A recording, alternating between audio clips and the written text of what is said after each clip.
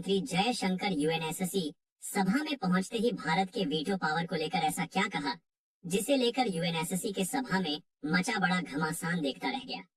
चीन चकित हुआ। पूरा यूरोप भारत की शक्ति देखकर आश्चर्यचकित हुई। पूरा दुनिया यूएनएससी के 79 सालों के इतिहास में हुआ पहली बार संविधान में बदलाव।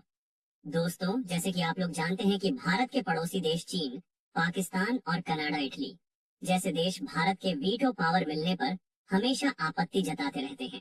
भारत के विदेश मंत्री ने चला ऐसा चाल देखता रह गया। चीन और पाकिस्तान और भारत के विदेश मंत्री ने ऐसा क्या जादू किया, भारत विरोधी देश भी भारत वीटो पावर मिले इसके लिए समर्थन में मोर्चा खोल दिया है। भारत को वीटो पावर मिले समर्थन करने वालों देश की संख्या बढ़कर 60 तक पहुंच गई है। अब यूएनएससी की सभा में भारत के वीटो के लिए नियम बदलने के सूत्रों से खबर आ रही है। G4 देश भारत को वीटो पावर मिले इसके लिए भारत को पूरा समर्थन कर दिया है। यही नहीं, यूएनएससी के सभा के अध्यक्ष भारत को वीटो पावर मिले इसके लिए भारत का समर्थन कर दिया है और सिग्नेचर भी कर दिया है। भारत को वीटो पावर मिलने के बाद भारत ऐसा काम करने जा रहा है जिसे लेकर चीन, कनाडा और पाकिस्तान और भारत विरोधी देश कांप रहे हैं। अमेरिका का पूरा समर्थन भारत को अब मिल चुका है। अमेरिका भारत का समर्थन कर रहा है। इसकी खबर सुनते ही चीन अपना आपा खो चुका है और वॉकआउट किया है। भारत के वीटो पावर पर जो चीन विरोध कर रहा है, अब चीन का भी तो पावर अब खतरे में आ चुका है। अब बहुत सारे देश चीन के वीटो पावर को मानने से इनकार कर रहे हैं। आइए देखते हैं कि क्या है पूरी खबर। इससे पहले अगर आप भी नॉलेजफुल इसी तरह के वीडियो देखना चाहते हैं तो हमारे वीडियो को एक लाइक और चैनल को सब्सक्राइब करना ना भूले। दोस्तों, हाल ही में यूएनएससी की सभा के अध्यक्ष डेनिस फ्रांसिस ने भारत को लेकर ऐसा ऐलान कर दिया जिसे सुनकर पूरी दुनिया चौंक गई। दिन फ्रांसिस ने कहा कि भारत यूएनएससी की सभा के स्थायी सीट पाने के लिए सबसे प्रबल दावेदार है और उन्होंने कहा कि अब उनके के संविधान में थोड़ा सा सुधार और नए अस्थायी सदस्यों को जोड़ना बहुत ही जरूरी है। खासकर भारत जैसे एक 140 करोड़ वाले आबादी वाले देश को कैसे हम अनदेखा कर सकते हैं। उनका यह मानना था कि अगर भारत को यूएनएससी का स्थायी सदस्य नहीं बनाया गया तो भारत कुछ अलग ही सभा बना लेगा जिससे यूएनएससी का महत्व कम हो जाएगा। इससे यूएनएससी की सभा को बहुत बड़ा क्षति हो सकता है। दोस्तों, भारत के इस उपलब्धि के लिए वीडियो को एक लाइक बनता है। ऐसा उन्होंने इसलिए कहा क्योंकि भारत 2021 रूस और चीन के साथ मिलकर दुनिया का पावर सेंटर चेंज करना चाहते हैं। इसके लिए भारत, रूस और चीन एक साथ मिलकर एक रिस नाम का एक संगठन बनाने का सोच रहे हैं जिसका पावर यूएनसीसी सभा के बराबर ही होगा। यही बात भविष्य में ऐसा ना हो कि भारत को वीटो पावर ना मिले और वह रीच का मेंबर बन जाए, जिससे यूएनएससी सभा का बहुत बड़ा नुकसान होगा क्योंकि भारत हमेशा बहुपक्षवाद का समर्थन रहा है जो संयुक्त राष्ट्र के लिए काफी महत्वपूर्ण है। इस समय भारत विकासशील देशों में सबसे आगे है जिसे हम नजरअंदाज नहीं कर सकते हैं। इसके लिए भारत सरकार की सराहना होनी चाहिए। आज भी उन ऐसी भू राजनीति को सही से नहीं दर्शाता। भारत का उसका अधिकार तुरंत देना चाहिए और भारत को अस्थायी सदस्य बनने में कोई देरी नहीं करनी चाहिए। दिन फ्रांसिस ने पूरी दुनिया को चेतावनी दिया है कि अगर भारत को अस्थायी सदस्य नहीं मिला तो आने वाले समय में दुनिया का पावर डिसेंट्रलाइज हो जाएगा। यही नहीं, उन्होंने चीन, पाकिस्तान, कनाडा और बहुत सारे छोटे यूरोप देश कभी भी समय आने पर बहुत सारी मदद किया है। भारत का भविष्य उज्जवल है। उन्होंने साफ साफ कह दिया है कि अगर भारत को वीटो पावर नहीं मिलेगा तो आने वाले समय में दुनिया के लिए अच्छा नहीं होगा। यहाँ पर हमें सोचने वाली बात है कि यहाँ पर कोई नेता या आम आदमी नहीं, खुद उनके के सभा के अध्यक्ष ने अपने मुंह से यह सारी बात बोली है। उनके पास दुनिया की हर छोटी से छोटी और बड़ी से बड़ी खबर रहती है।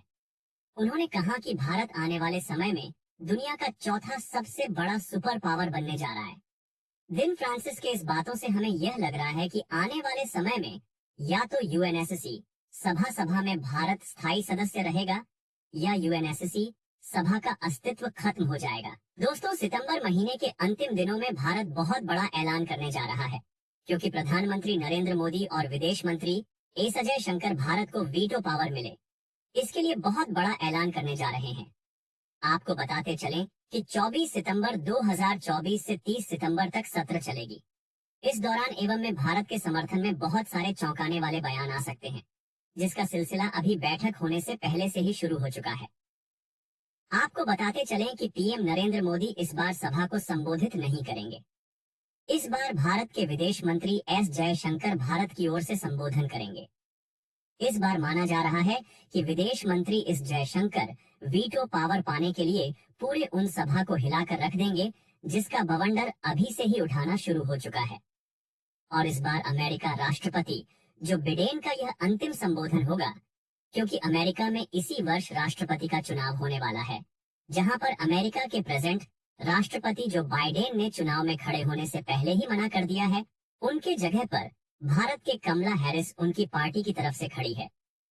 सूत्रों से खबर आ रही है कि अपने अंतिम संबोधन में अमेरिका राष्ट्रपति जो बिडेन भारत के हित में वीटो पावर के बारे में कुछ बड़ा ऐलान कर सकते हैं। आपको बताते चलें कि अमेरिका पहले ही यूएनएससी की सभा में भारत को वीटो पावर देने के लिए पहले ही वकालत कर चुका है, लेकिन इस बार की एवं सी सभा में जो बिडेन भारत के वीटो पावर मिलने का बड़ा संकेत दे सकते हैं, क्योंकि ऐसा करने से जो बिडेन के पार्टी को भारतीय मूल का वोट बैंक उनको मिल सकता है। आपको बता दें कि पहले सत्र में यूएनएससी सभा के सचिन अपना रिपोर्ट सबमिट करेंगे और इस रिपोर्ट में उन रिफॉर्म की बात जरूर हो गई। हम आपको पहले ही बता चुके हैं कि 19 सालों के इतिहास में ऐसा पहली बार हो रहा है कि उनमें 6ठी सीट लगने जा रही है, तो और कोई देश नहीं, वह सीट भारत ही स्थायी सीट ग्रहण कर सकता है।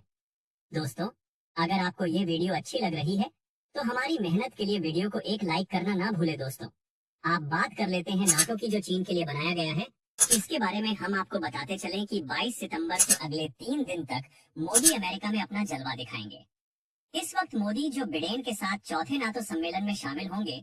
नाटो का शिखर सम्मेलन भारत में होना था, लेकिन इसका होस्ट अब अमेरिका कर रहा है। भारत अब 2025 में क्वाड समिट को होस्ट करेगा।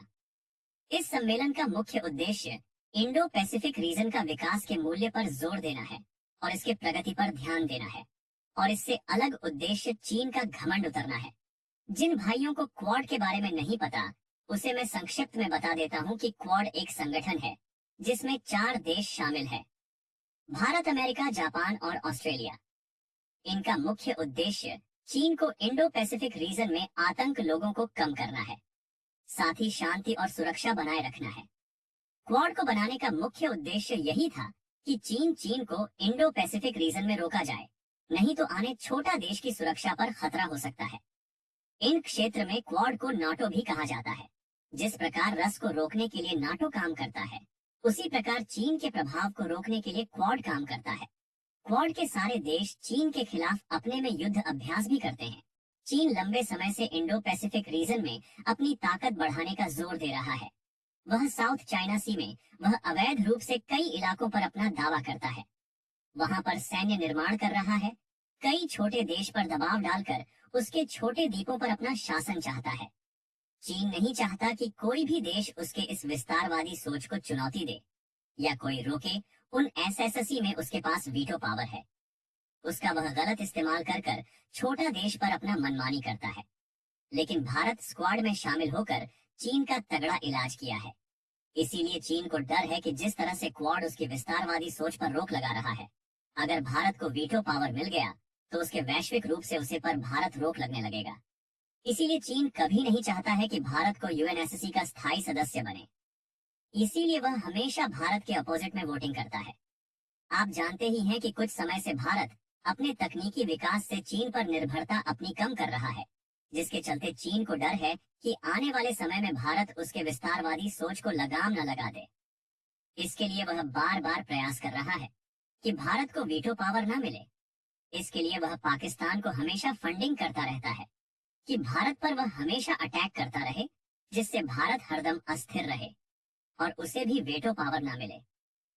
दोस्तों, आपको क्या लगता है कि भारत इस साल सितंबर में होने वाले यूएनएससी की सभा में वीटो पावर ले सकता है? क्या जयशंकर का चल सक्सेस हो जाएगा? कमेंट करके अपना कीमती राय हमें जरूर दीजिए। अगर आपको यह वीडियो पसंद आए, हमारी मेहनत के लिए वीडियो पर एक लाइक जरूर कीजिए। जय हिंद, जय भारत।